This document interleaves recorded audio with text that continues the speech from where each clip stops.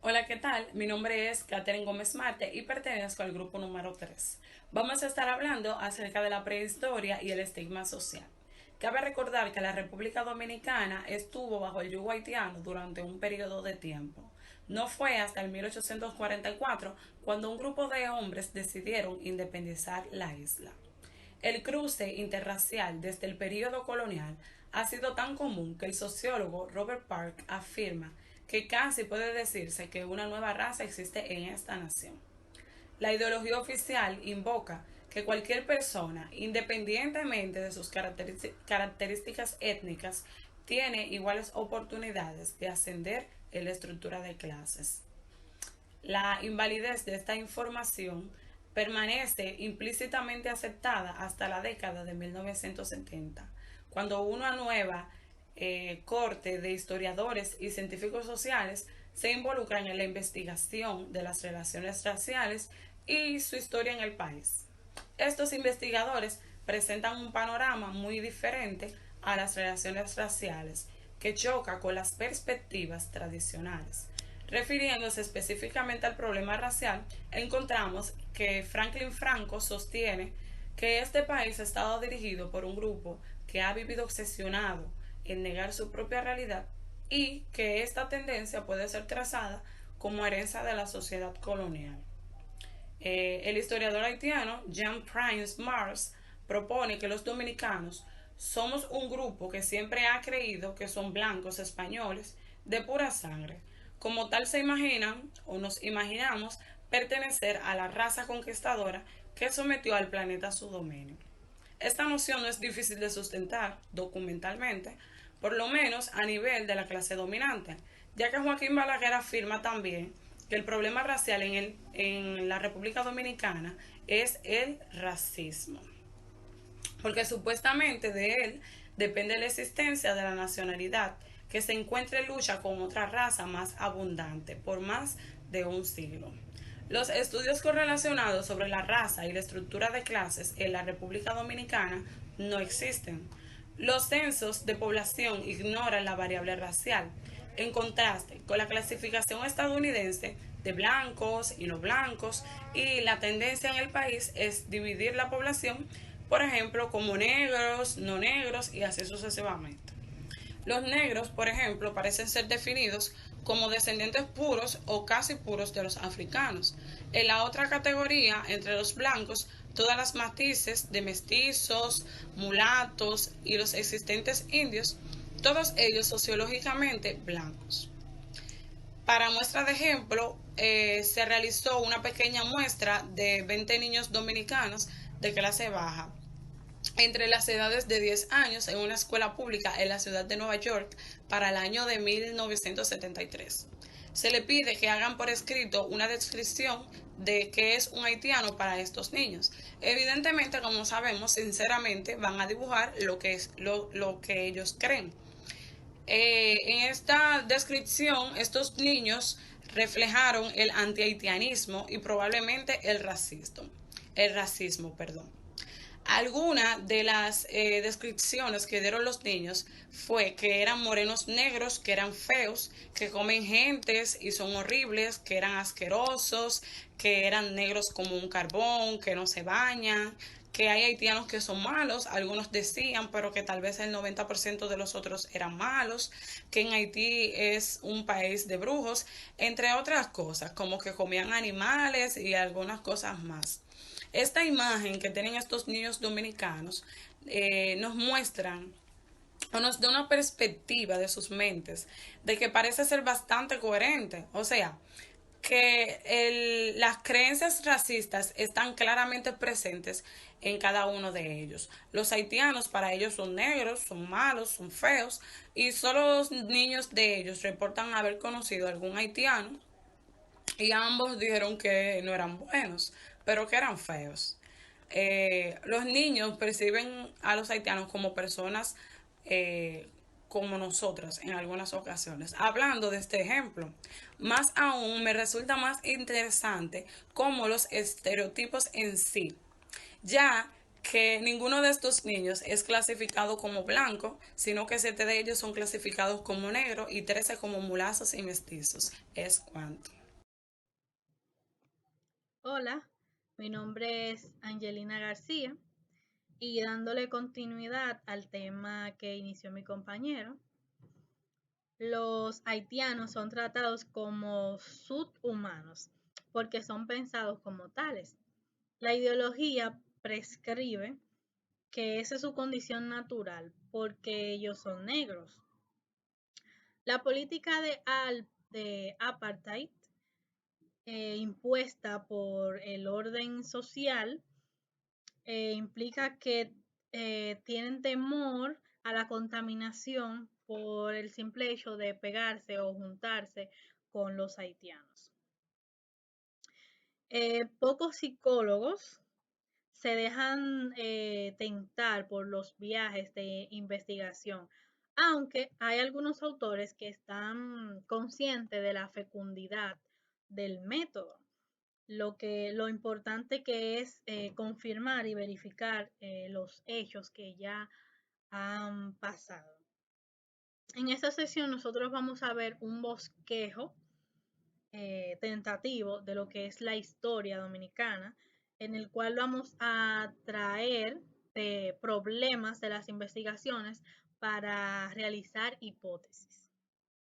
Para 1492, cuando la española fue conquistada, poco después fue fundada Santo Domingo, la isla. Para esta época vienen lo que son los esclavos africanos y ahí empieza lo que es la mezcla, lo que hoy en día llamamos mestizo. Mi compañera va a continuar con el tema. Espero que hayan podido entender esta exposición. Muy buenos días, mi nombre es Edilogena Pedro Ramírez y estaré haciéndole una breve exposición de lo que es la independencia haitiana, la ocupación francesa de España boba, la independencia efímera y el intento de unificación de las islas. En 1795, España cede el resto de la isla a Francia en virtud del Tratado de Lavassière. Las ideas de igualdad desafían la esclavitud. En 1801, Toussaint Louverture se rebela contra el dominio extranjero y proclama la Constitución que declara que la esclavitud quedaba aboviada y que la isla era una e indivisible.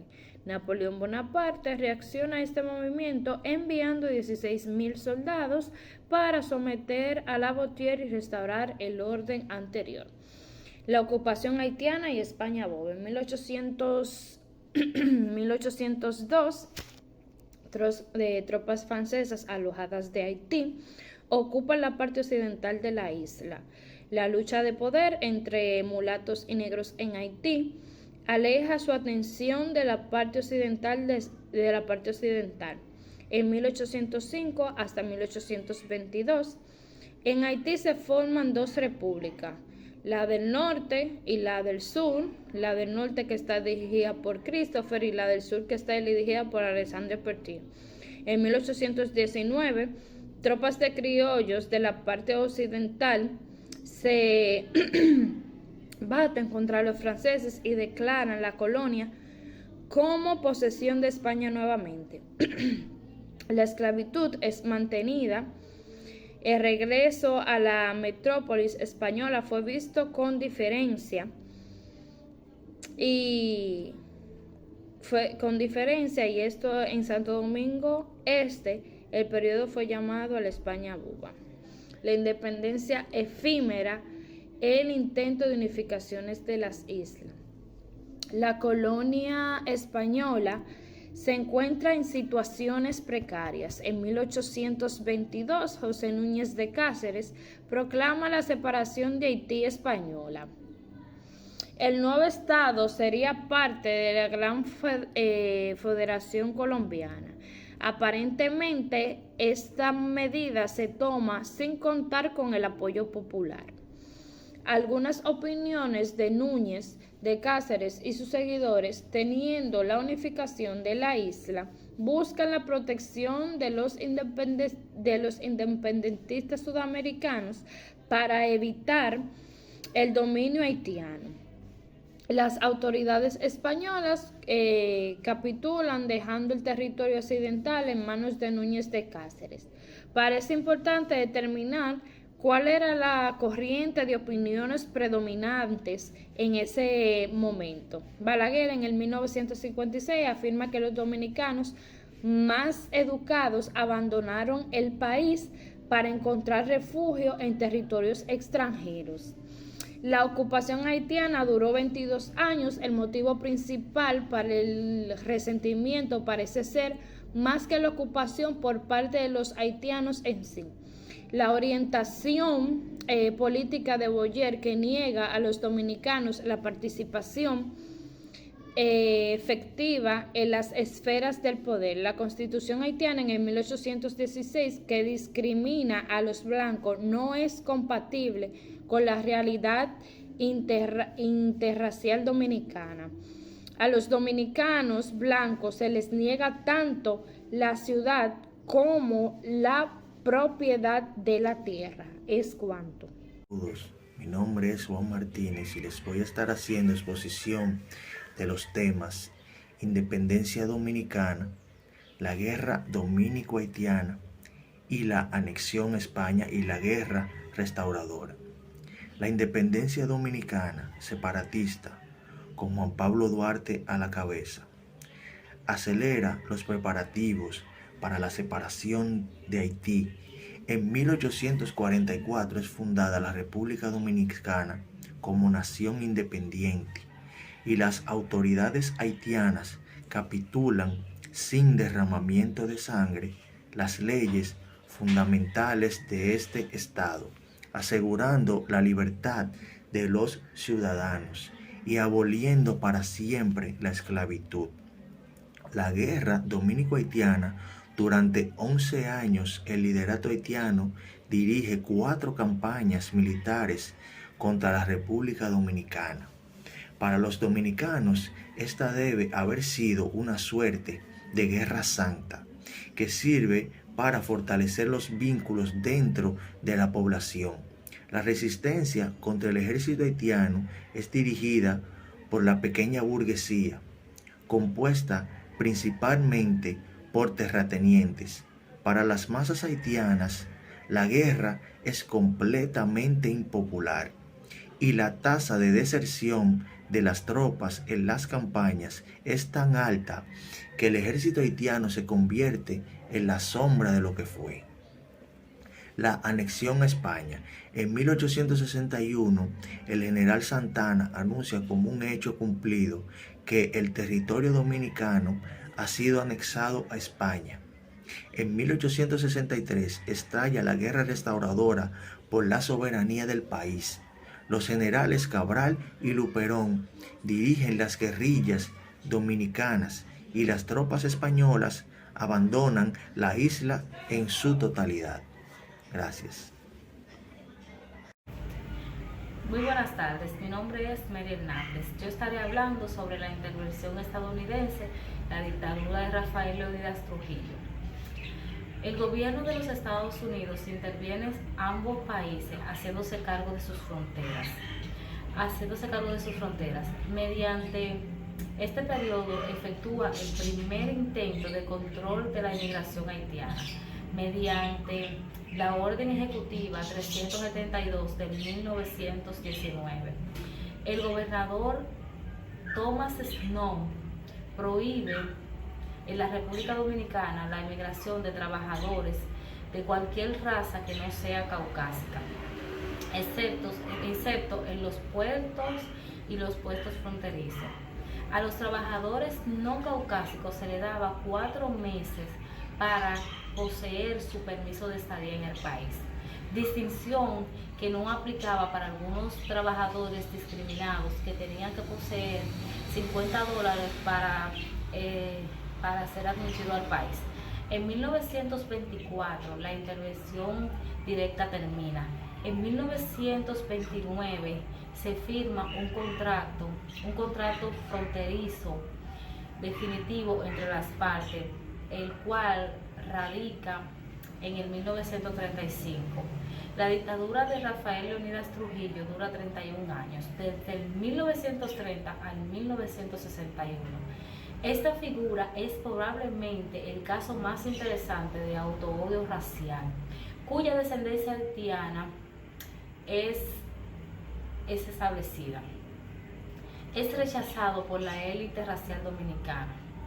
Trujillo ofreció asilo político a 100.000 judíos inmigrantes víctimas durante la Segunda Guerra Mundial, descalificando el alegato de la inmigración, que la inmigración extranjera era una amenaza para la mano de obra dominicana.